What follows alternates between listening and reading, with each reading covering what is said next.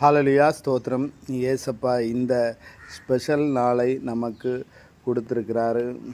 அது காலைதோறும் அவைகள் புதிதாகிறதுனால இந்த ஸ்பெஷல் டே பாருங்கள். இந்த நாட்களில் நம்ம உலகத்தில் ஜீவிக்கிற நாட்களில்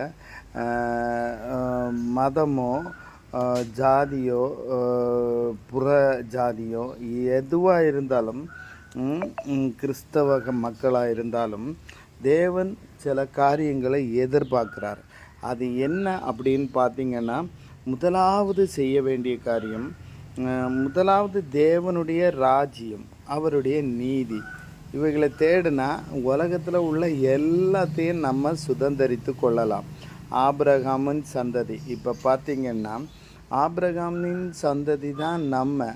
எந்த புற ஜாதியாக இருக்கட்டும், புற மதமாக இருக்கட்டும், புற நாட்டவனாக இருக்கட்டும், ஹல்லேலூயா, எல்லாமே ஆபிரகாமின் சந்ததி. இப்போ இப்படி இருக்கும்போது எல்லாரும் ஒரே கட்டளையை தான் கைப்பிடிக்கணும். ஏன்னா ஏசப்பா என்ன சொல்லியிருக்கிறாரு, ஹல்லேலூயா, முதலாவது தேவனுடைய ராஜ்யத்தை தேடுங்க. தேவன் கடவுள் ஒன்று அப்படின்னு சொல்லுகிறத விட இயேசுவின் நாமங்கிற ஒரு காரியத்தை நீங்கள் சொல்லுங்கள். ரெண்டாவது, அது மத்தேயு 6வது அதிகாரம் 33வது வசனத்தில் இருக்குது. ரெண்டாவது, முதலாவது இயேசுவை பின்பற்றி அவரை பற்றி பிரசங்கம் பண்ணுங்க. அதுக்கு ஆதார வசனமாக மத்தேயு 8வது அதிகாரம் 21வது 22வது வசனம். ஸோ பிரசங்கம் பண்ணுறதுக்கு நமக்கு என்ன தெரியும்? எத்தனையோ விதத்தில் ஊழியம் இருக்குது. நான் பாஸ்டரானா நான் சர்டிஃபிகேட் ஆகிருக்கேன், அப்படி இல்லைங்க. ஒப்புரவு ஆகிற ஊழியம் வேதத்தில் சொல்லப்பட்டிருக்கிறது.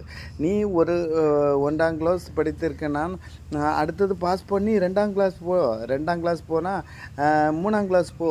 இப்படி தான் இருக்குது வேதத்தில்.